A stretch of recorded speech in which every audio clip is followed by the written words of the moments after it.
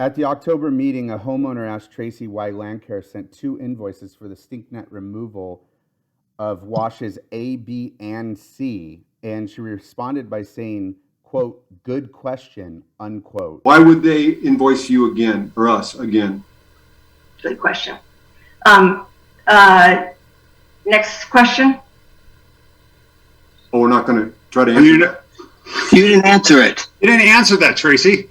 Come on. What was the question? I said, why would they try to invoice again if they had already gotten paid?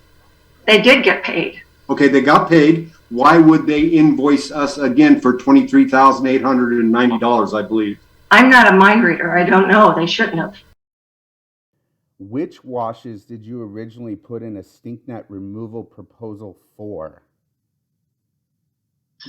Oh, okay. A and B. The original proposal was for washes A and B. So wash C was subsequent. So it did not include wash C. No. I beg to differ. I went through the notes. I'm sorry, this is my time, Tracy. You can have your time when my 3 minutes are up. Do you think Tracy understood that your proposal was only for washes A and B? Have you discussed this with her?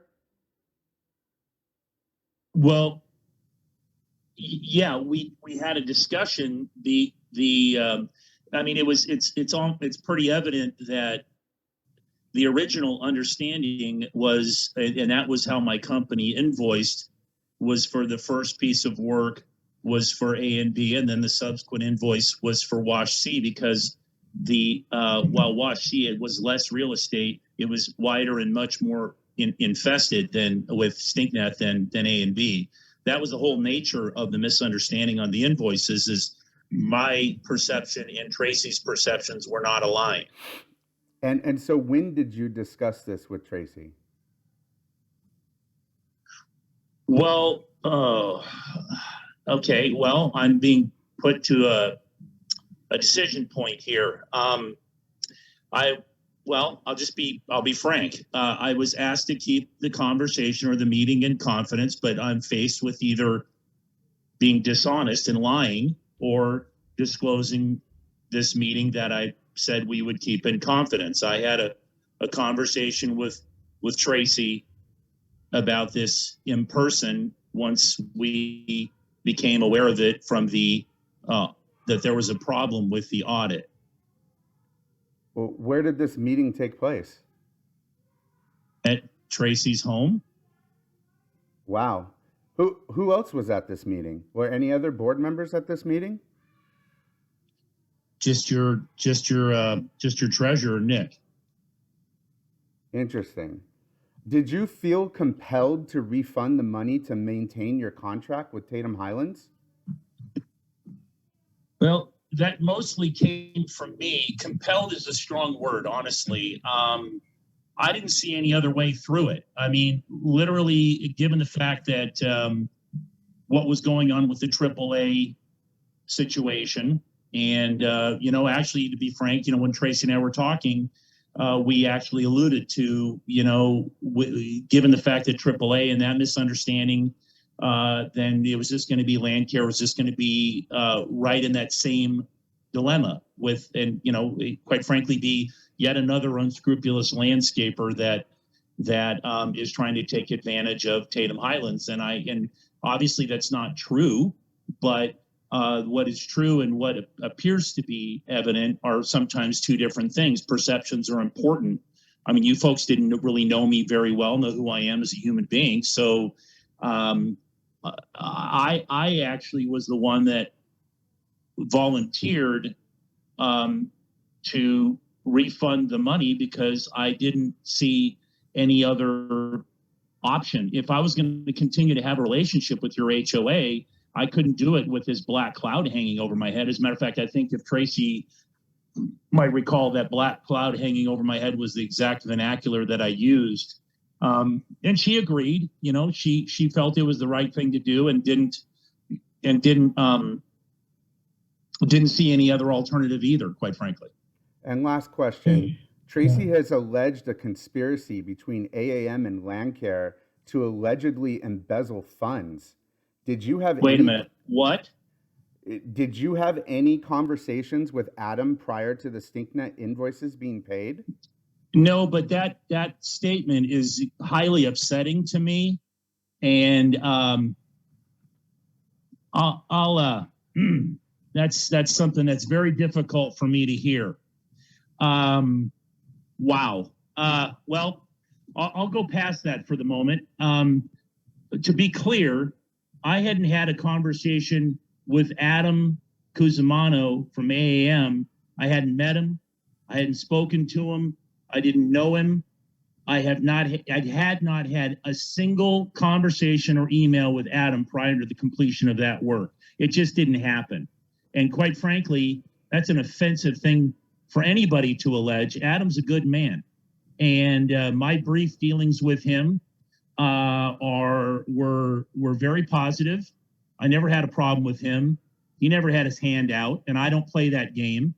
And so to be clear, Adam and I did not speak at all prior to those invoices being sent out. As a matter of fact, I feel that the misunderstanding may not have happened had there been an active property manager, certainly as engaged as Jim is.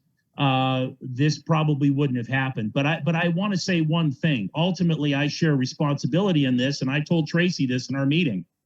I moved forward in good faith and thinking that, and I did not get a signature on a PO.